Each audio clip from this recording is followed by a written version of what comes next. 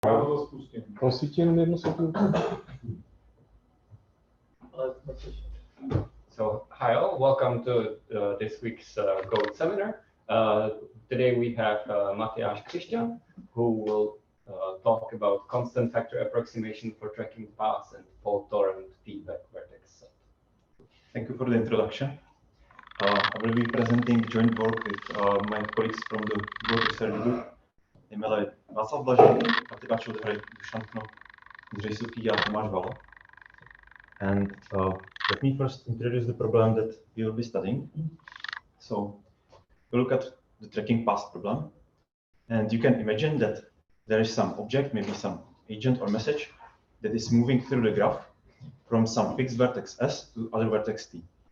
And we would like to know which path exactly it took.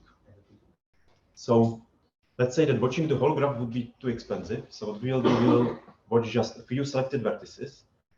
And based on what we see on those vertices, we will want to reconstruct how the path exactly looked like. So we'll be assuming that the path is simple, so no vertex is repeating. And we want to use as little trackers as possible. So to say the same, for example, in this graph, we could pick those three vertices as the trackers. And for the various paths, if the path looked like this, then the only tracker ever would be activated. And this is the only path for which only ever would be activated. So also you can get like empty set. And so what I'm showing are like all the different paths that the agent can take. And for each of them, we'll get the different sequence of the trackers. So in this case, we have a different subset, but we'll actually assume that we know also the order. So if just the order is different, that's still fine for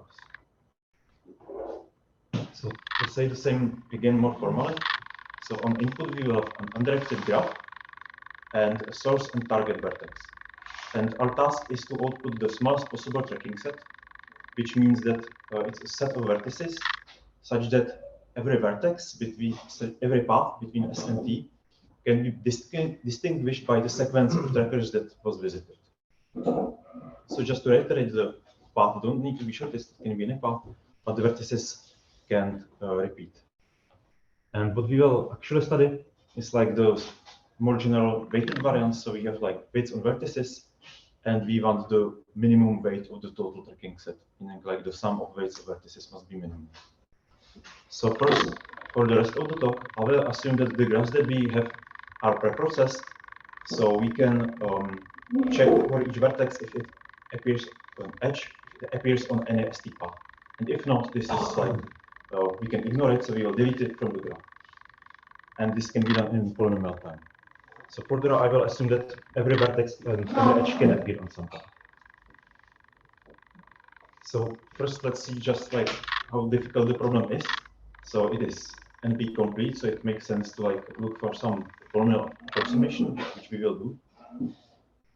It is not like clear from the definition how to verify that the set is tracking, but there is a known observation that the set is tracking if and only if there is no like this forbidden structure, meaning like there are some vertices S and S prime and T prime, such that we can reach S prime from S by some path, and reach T from T prime by some other vertex disjoint path. And also, we have multiple disjoint paths between S prime and T prime, such that there are no trackers on these paths, meaning that we could not distinguish if the path is taking the top half of the circle or the bottom half.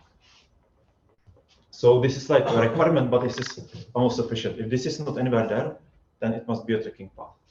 And it is also known that we can like check for a pair of vertices if there are like this S prime and T prime, which we will call like a local source and local sink, or local destination. So this is how we can verify it. And so what follows from this observation, because we have like only vertices we will use actually on some path, if there is some cycle which has no tracker, then this cannot be a tracking path, because again we cannot distinguish in the path to the top part of the cycle and bottom part of the cycle. So this is like first observation that we remove the vertices of the tracking set. What remains must be a forest because we have to have in each cycle some tracker. And this is a known problem. So this is called feedback vertex set. So if we are given a graph, so the usual task of the problem is to find the smallest set of vertices such that if we remove them, what remains is a forest. And in other words, that means that we have to include some vertex from every cycle. So now it should be clear that this is like the lower bound on the tracking set, because every tracking set must also be a feedback vertex set. So what we know about feedback vertex set, it is known that it is NP-complete, and it has a approximation polynomial algorithm, which is known. And it's polynomial algorithm even if we have like weighted vertices. So could we use like a feedback vertex set as a tracking set? It turns out that no, like these green vertices, they are like a feedback vertex set for the graph, but we still cannot distinguish if the path to the top half or the bottom half. So this is not a tracking set. But what we can do, we can look at some generalization of the tracking of the feedback vertex set, and let's say that we will require that not just one vertex is taken from each cycle, but more vertices. So this is also a problem that was studied before, which is called fault-tolerant feedback vertex set. And like the idea is that if some R vertices fail or don't exist in the solution anymore, it will still remain feedback vertex set. So in other words, this means that if it's R fault-tolerant, then on every cycle, we must have at least R plus 1 vertices in our solution. And how this relates to the tracking set problem? Okay, let's look at the example first. So the green ones, they are a normal feedback vertex set. But if we want to hit one fault tolerant, meaning we hit 2 vertices from each cycle, we can add those 2 orange ones, and it will become a 1 fault tolerant feedback vertex set. And there is also a non-observation that if it was a 2 fault tolerant feedback vertex set, then it will be always a tracking set. It may not be like the best solution, it may not be close to the optimal, but it's working. And the idea is that the problem that we had before was that maybe we included from the cycle the 2 vertices that are like at the place where the cycle like divides. Or if you imagine us if those 2 vertex disjoint paths, then if we included the first vertex and the last vertex, then it gave us no additional information. But if from this cycle we have to include 3 vertices, then at least one of them will be useful on the cycle. So 2 fault tolerant set will be always a tracking set. And what we will do next, we will actually solve like the R fault tolerant problem. And it turns out that to adapt the algorithm for the tracking path problem is not that difficult. So let's now focus on an approximating algorithm for the R fault tolerant feedback vertex set. So this is like a rough outline what we will do. We will first take the approximate feedback vertex set, as we can do in polynomial time. And now we know that every cycle will have at least 1 vertex in the feedback vertex set. So depending on how we pick our R, like how many vertices we want on every cycle, we may need to add on the cycles some additional vertices to the solution. Like if there is k vertices now, we will have to add R plus 1 minus k. So from now, I will assume that R is fixed. So what we can like do is we can have like a polynomial that has like n to the R, and it will still be fine for us. And what we can do is that we can enumerate all the cycles, and which we can add some more vertices to the solution. And it turns out that there is just polynomial many of them. And how do we find them? So let's say we have some the feedback vertex set, like the green vertices, and now we can first we will guess how many vertices are missing on the cycle of the solution. So let's say we want 3 tolerant feedback vertex set, so we need to have 4 vertices on every cycle. And we are now considering cycles that have only 3 vertices. So So we need to add one more. So how to find those cycles? So in the first step, we will guess in which order the vertices of the feedback vertex set appear. So now one important observation is that if we remove the vertices of the feedback vertex set, we have a forest, which means that between every two vertices after the removing, there is just at most one path. So now let's say we guess the order of the vertices in the cycle. So now we also have to guess so we will say that they will be in this order in the cycle.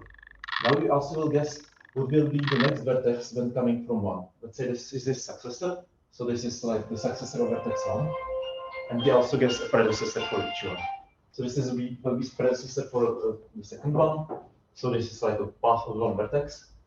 Here we do the same for the second one and third one. So the path must continue through these two vertices. And the same for 3 and coming back to 1. So let's say that we will try all of those possibilities of predecessor and successor. That will still be just like polynomial in the size of the vertices that we assume that are in the cycle, which is like still bounded by R. So this is still looking fine. And what we will do now, we check if like this selection actually induces some cycle. So we will look at the path by the order of the paths that are given by the vertices that we have chosen. And it may happen that the paths are not disjoint vertex, so then it's not a cycle, but in this case, this actually induces this cycle. So let's say we remember this cycle that we found. And what we will do next, we somehow have to figure out how to add the additional vertex. So we will mark the paths that were connecting the two subsequent vertices on the cycle. And at one of the vertices in this green area, one of them we have to add it to the solution. But it will be helpful to like consider the paths separately later. So we'll do that. And let's first make sure that what we did with is actually polynomial. So like what we considered is like an over k number of subset of vertices in the feedback vertex set. So this is still like bounded by R. We are like trying all possible sizes of the vertices in the cycle. We also check its ordering, and also the rest might be maybe like 2 to the n to the 2 times R or something like this. But it will still be bounded definitely by like n to some linear function of R. So we can do this quickly, and we can like keep all of those cycles. And so from each cycle we considered, we'll get some like collection of paths. So I have just shown what to do if we want to add just one additional vertex to the cycle. And in some cases, maybe we have just one vertex on the cycle. We will have to add many more of them. So how to solve this? We will consider every possible way to like split the cycles by removing some vertices from them. So it's kind of like imagining that the feedback vertex set places the vertices on there. And this is still fine because there is still like at most n to the R choices to do that. So maybe let me illustrate what is kind of going on. So let's say we have like those paths. We have to add 2 additional vertices. So we'll like try removing from one vertex from one vertex at each possible place. This will give us many different collections, and we will like add all of them to the solution. And suppose that we would just like guess add the one vertex to the solution. Well, because we considered some like case where this one was removed, we'll actually have to add another one because of the additional collections of sets are there.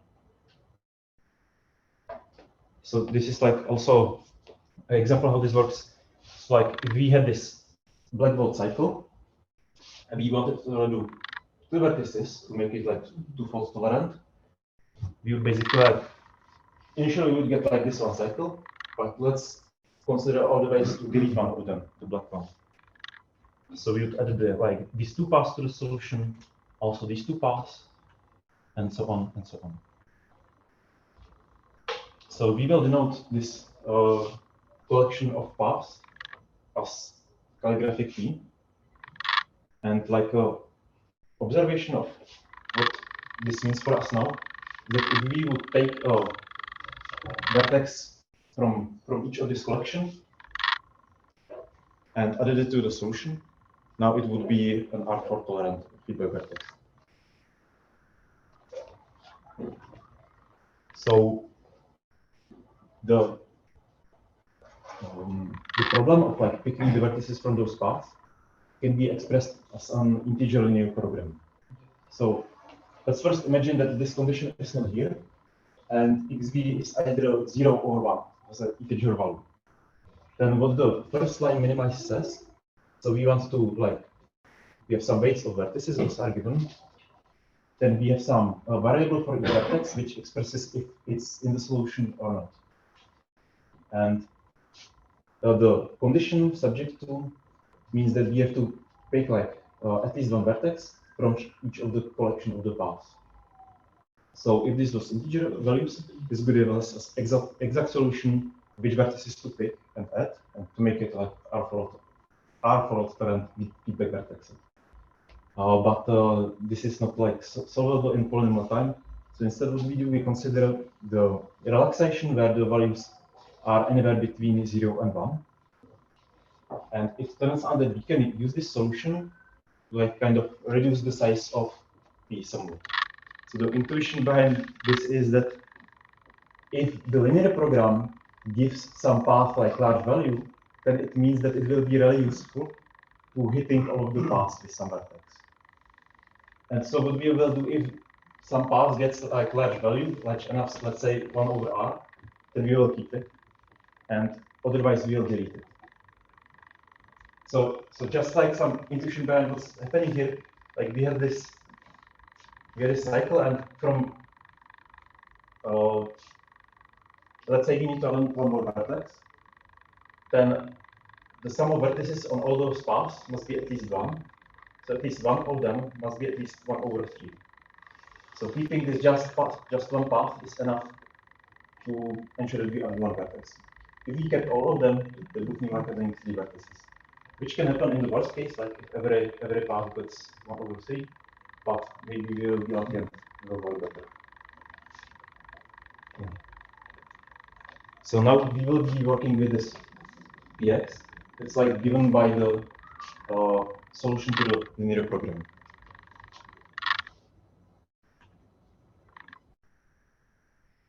Yeah.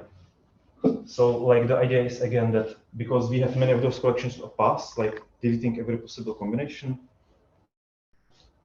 keeping those will still ensure that we pick like multiple vertices if we need them. So what we have now? So now we have this like collection of paths, and we have to select one vertex from each of these paths, and then we will add it to the solution. So this is another studied problem, which is known like as multi-cutting forest. So in this context, people think about it like that we cut those paths by removing some vertices. So as input are paths, output is a set of vertices such that every path is cut. So if you are more familiar with hitting set, you can think of it as a hitting set, where we have to hit like every path in some forest. We are like given a set of paths that we must hit. So as I said, this problem was also studied before. It is known that if the vertices are not weighted, we can solve it in polynomial time, and it is NP-hard, it is weighted. But there exists some approximation for chordal graphs, which works also on these. But we want a better approximation at ratio, so we design our algorithm with better approximation. And so now we will focus on this problem, on the multi-cut in forest. Again, let's look how the integer linear program would look like. It's a little bit simpler than before. Again, we have like weights for the vertices, WV, and we have a variable for every vertex, which again expresses if it is in the solution or not. And the condition is here is that for every path, the sum over the vertices must be at least 1, meaning we have to select at least one vertex. So again, if this was integer, this would give us optimal solution. But in the case of the weighted one, we cannot really expect it. So we will again look at the relaxed version, where the value for the vertex can be anywhere between 0 and 1. So suppose we have the optimal solution computed, and then we will use like further modification where we multiply each value by 2. It will become clear by exactly by 2. And what we do next, for each vertex, we'll create like an interval. For that, I will show the picture. So for each vertex on the tree, we'll create an interval. Its start point. Yeah, first we root the tree at say A, any vertex. And now the starting point of the interval is given by the distance from A. And it's better to imagine it that the interval is like a looped circle. And what we did here on this image, we like cut it at point 1 and unrolled it. So it can be happen that the distance is like large, it can be any value, but it will go like around the circle, so it will end up in the range between 0 and 1. And so this is how we find out the start of the interval, and the length is given by this value of the linear program, like the optimum times 2. And so how does this help us? So let's say we want to cut some path, let's say VDF. So if we follow the intervals that are going further from the root, we know that they must be like joined at each point, because the distance from B to D is greater just by the value of the linear program by. So maybe I forgot to mention, we measure the distance by the sum of the values given by the linear program. So the distance of D from B from A is greater than by the value of B. So what happens when we go further down the tree? The intervals are like joined together. And what the linear program did, it ensured that for every path that we want to cut, this like chain of intervals will have to span at least 1. We multiplied it by 2, so every path that like must be cut will like go twice around the circle, which is fine for us. And this was for the case if the path was going like straight to the down. This is not like general case, but for every path it's true that it can be split into 2 paths, one going down and up to the root, and going up to down. Let's say like C, B, and D. And now the program ensured that like this whole path will have at least value 1. So that means that either the part going up or the part going down will have at least 1/2. Because if we multiply it by 2, at least one of the paths is like 1. That means it will go around the circle again. So how does this help us? So now we can pick any point on the axis and take all the vertices that include this value. And we will know that it will include a vertex from every path. So now the question is just how to pick the best value on the axis, or how good value can we get? Sure. So the argument looks roughly like this. So imagine that we pick the value on the axis like uniformly at random. So what will be the expected weight of the solution? So the probability that the vertex is in the solution, that is just size of the interval.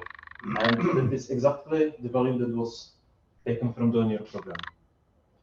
So what we are now measuring is like the total weight of all the vertices that intersect A, is W alpha. And we want to like know something about its expected value. So we can express it just like this, like the weight times the probability that is in the solution, which can be expressed like this, which looks a lot like the function that we are minimizing in the linear program. So now we can use the fact that this will be twice the value of the optimal program, which is like the lower bound of the optimum. So now we know that the solution we will get in expected value is only twice as long as the optimal one. And because some value must exist with like this expected value or better, then we are guaranteed that we can find alpha that will give us the approximate solution. And to find the best alpha, it's not that difficult. Like if you imagine that we scan along the interval, the set of vertices that we intersect doesn't change that many times. It changes only when we like enter a new interval or leave a new interval.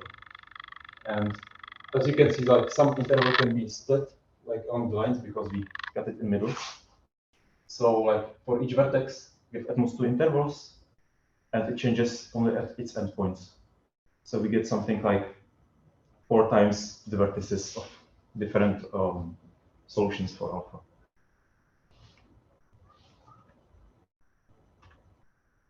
So now let me summarize what we did. So the first step was finding the approximation of the feedback vertex set. Now there may be some vertices that have too little vertices. So we use the LP to construct the sets of paths or the collections of sets of paths, which tell us where to look for the solution. Then we use this collection of paths and run the multi-cut inference algorithm on it. So why that is approximating? So let's consider some lower bound, and we will show that what we have is at most like some multiple of the value of the lower bound. So feedback vertex set is definitely lower bound for this problem. And first we added its 2 approximation, so let's just add the 2 there.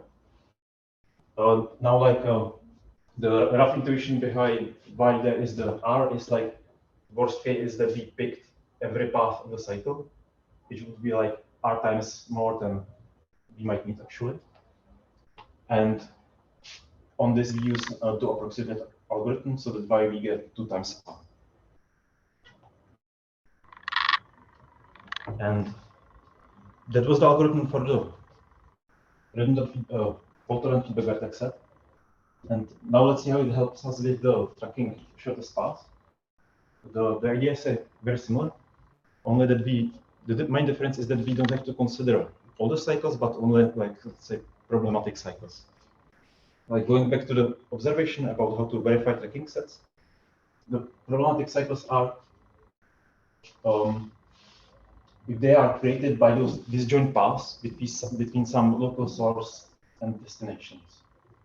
So we can use the same enumeration as before, and additionally check if like 2 vertices are a local sink and local source. So we added those to the solution, and then basically use the same machinery as we used before.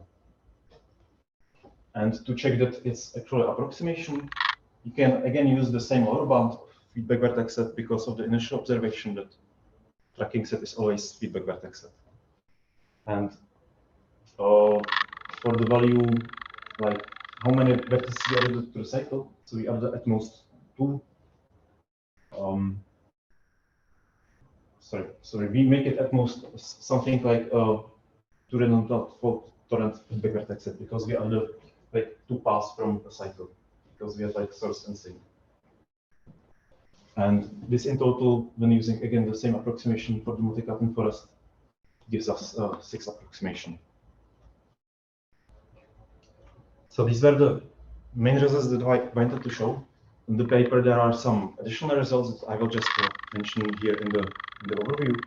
So if we would consider the unweighted version, we have the advantage that we do not have to use an approximate algorithm for the multi-cut in forest. We can use exact one. So the approximation ratio becomes better for all of the algorithms that we used it in. And additionally, we also have like some harnessed results for the R-tolerant feedback vertex set, and also for the R approximation of multi-cut in forest under Unigame's conjecture. And also the similar idea that we used for cutting the trees, we can like use on chordal graphs using click trees for chordal graphs. Rough idea. So this is everything from me. Thank you for your attention. Time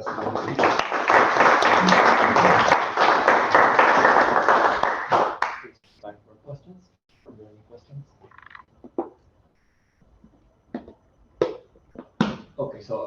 have one. At the beginning, you talked about tracking paths, and then in the last few slides, you switched to tracking shortest paths. Oh, did I? Oh yes, I did. I think that's a typo in the title. So it was tracking paths. It was tracking paths, yeah. What about tracking shortest paths? We considered it also as well. I don't think if there is like too much that can be reused, because the set of paths that you have tracked is completely different, so it requires kind of different approach. Oh. Thank you. Any more questions? For directed graphs, would you consider it at all, or maybe best oriented graphs? I imagine. So I think there are some results for oriented graphs, but I don't know too much about it.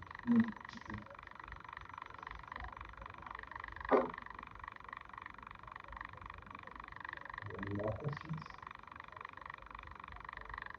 If not, let's thank Matyáš again.